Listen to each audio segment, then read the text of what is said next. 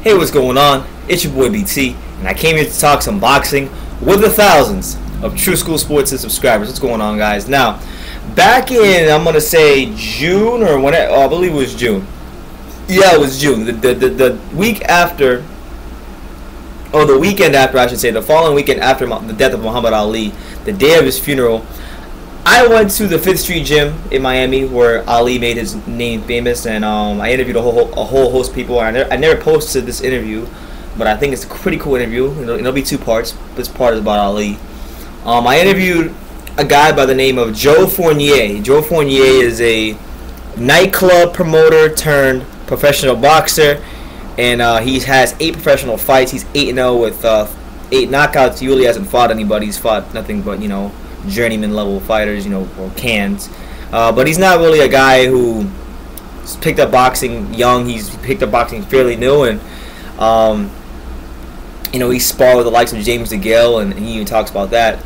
But he talks about Muhammad Ali and the impact that Ali had on boxing. So that's what this interview is. Joe Fournier, nightclub promoter turned professional boxer, talks about the impact of Muhammad Ali. Take a look.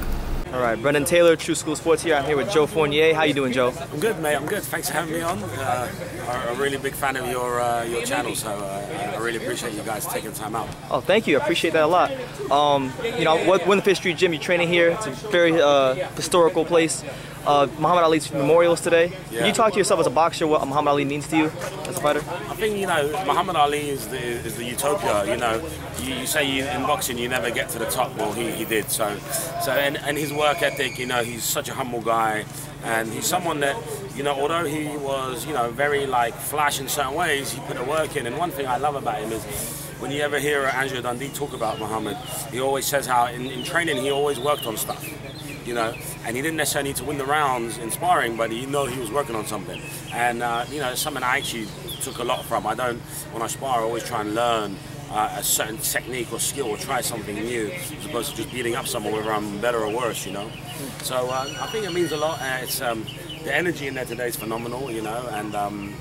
And I got in last night, just to be here to train for my camp, and also, to be with the boys on such a big day, for boxing. Yeah. Is there anything about Ali that sticks out to you more so than anything else?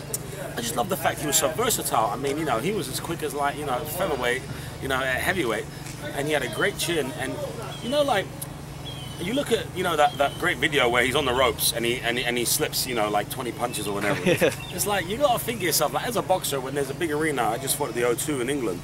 There was 20,000 people in there. The last thing I was thinking is, let me see how many I could slip and smile at the guy. So for him, everything must have just been so easy, and that you can't teach that. You can do I could fight another 100 times and I wouldn't be able to do that, No one's done it. And that's just because I think in his brain, he just understood the sport and the way people move so well, and he just had that confidence to actually go and deliver that, So he made boxing what it is today, in my belief. I know there's some phenomenal other boxers, but I think for me, Ali is number one. Yeah, myself as well. I'm a huge Ali. I got the shirt on right now. Yeah, I just wish he was British.